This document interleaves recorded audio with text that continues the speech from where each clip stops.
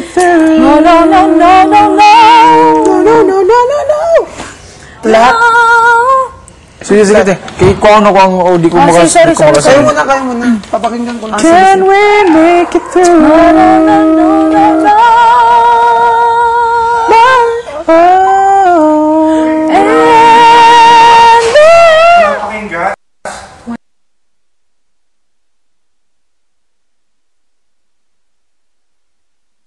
Mag-microwave na lang muna kayo ng pagkain. Hindi sa last eh.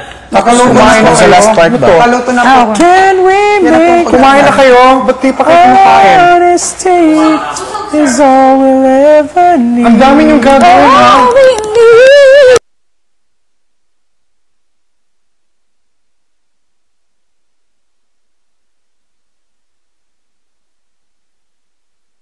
Ikaw, di ka nakakain talaga. Huwag. Yung naman ba? All we need. All we need. Honesty. Ikaw talaga. Nahihirapan mo talaga.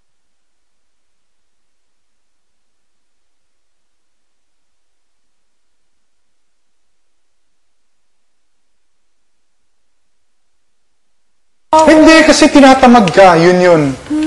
Tinatamad kang gawin ng mabagal. Pero ganun talaga dapat yun. Oh, count on, count on, count on. There's no other way to count on, count on. Ganun yun, ganun kabagal. Alam mo, ang hindi kumukulot, ang hindi ginagawa yung kulot at sinasagasaan, pekeng R&B yun. Tanong mo dito. Kasi ganun mag-aral ang hindi tayo natural sa R&B eh. 'Di ba? It's a style that we had to study as Filipinos. Inaaral natin 'yun kasi hindi tayo Black American. Okay?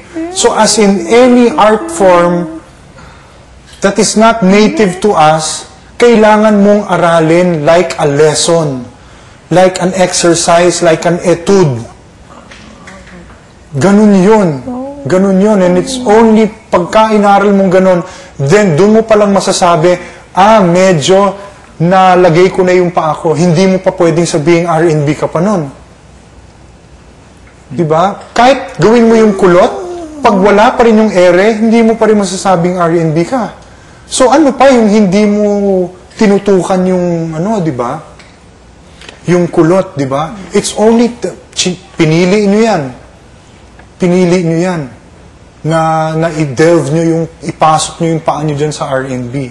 And there's no way of doing it but to really hihimayin nyo yung nota at didinigin nyo kung ano yung mga notang yan. Ganon si Miguel pag mag-aral ng ganon pag mag-aral ng kulot. Si Van is getting the kulot but still, Van, R&B ka ba? Hindi, di ba? Kasi hindi pa may ere pa yun di ba? But at least first base ka na. Ganun din yun po.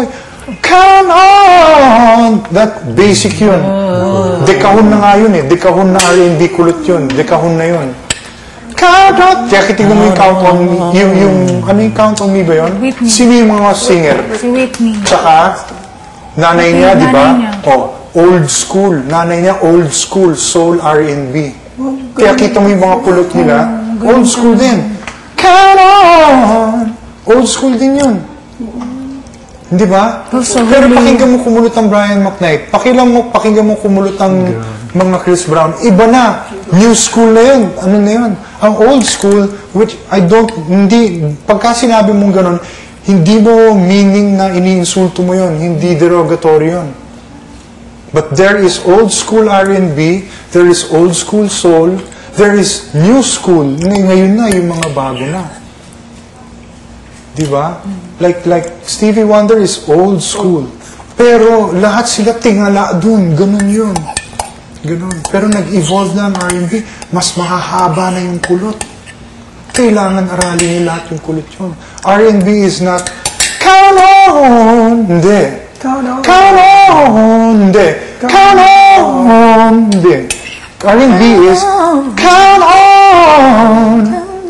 Count on! Yun ang R&B.